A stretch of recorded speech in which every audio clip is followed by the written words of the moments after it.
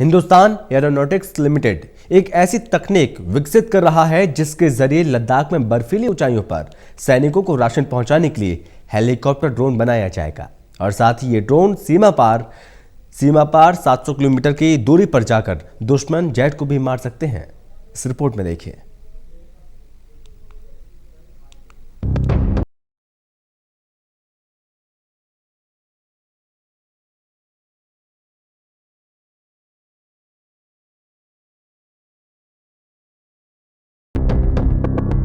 HAL यानी कि Hindustan aeronautics limited हर दिन सफलता के नए कीर्तिमान बना रहा है और अब यही HAL एक ऐसी तकनीक विकसित कर रहा है जिसके माध्यम से लद्दाख में बर्फीली ऊंचाइयों पर सैनिकों को राशन प्रदान करने के लिए हेलीकॉप्टर ड्रोन बनाया जाएगा।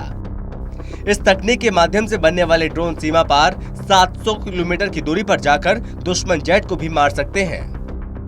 दरअसल हिंदुस्तान एरोनॉटिक्स लिमिटेड ने बेंगलुरु में चल रहे एरो इंडिया शो के दौरान अपनी योजना का खाका तैयार किया। HAL के अधिकारियों के मुताबिक हम उस परियोजना को विकसित कर रहे हैं जहां मानव युक्त विमान सीमा के भीतर काम करेगा और मानव रहित विमान दुश्मन के इलाकों में प्रवेश करेगा और ये दुश्मन के इलाके में हमले भी कर सकता है। खबरों के मुताबिक ये योजना अमेरिकी परियोजना स्काईबर्ग पर आधारित है और HAL का ड्रीम प्रोजेक्ट भी है।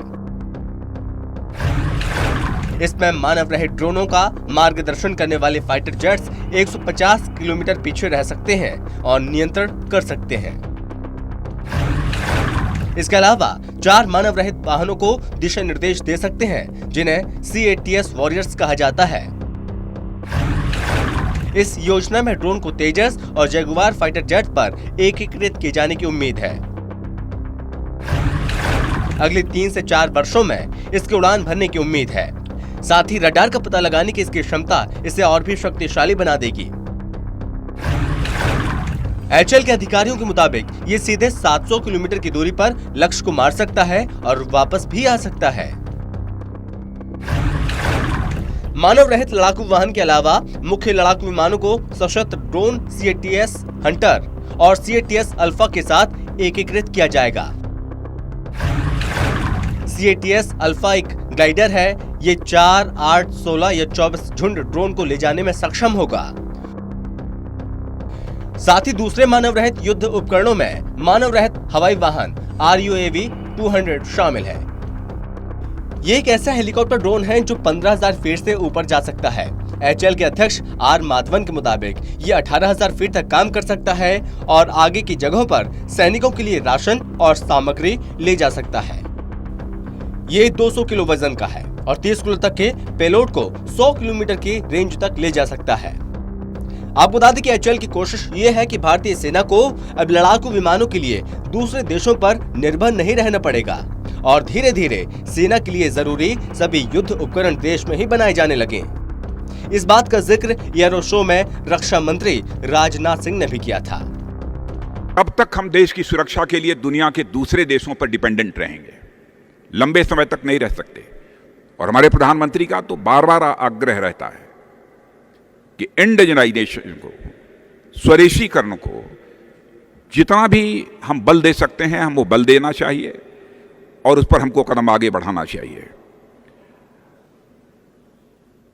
और हम सभी का यह संकल्प है कि हम जो भी बनाना होगा, डिफेंस इक्विपमेंट्स, प्लेटफॉर्म्स, वेपन्स, कोशिश हमारी यह है कि हम खुद बनाएंगे। दरअसल भारत अत्याधुनिक तकनीकों और सिस्टम की स्वदेशी डिजाइन के युद्धक विमानों के विकास और निर्माण की अपनी क्षमता को लगातार बढ़ा रहा है।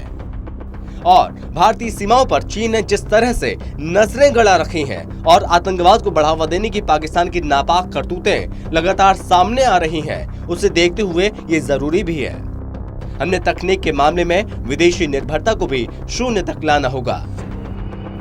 वैसे भी सैन्य दृष्टि से दूसरे देशों की तकनीक पर आंख मूंद कर भरोसा किया भी नहीं जा सकता। लक्ष्य पर पहुंच जाए तो ये स्वदेशी एरोस्पेस उद्योग के लिए मील का पत्थर साबित होगा और आत्मनिर्भर भारत की पहल भी सही मायने में तब ज्यादा प्रभावी साबित होगी जब युद्धक क्षमता के मामले में भी हमारा देश आत्मनिर्भर होगा। Special desk, total news.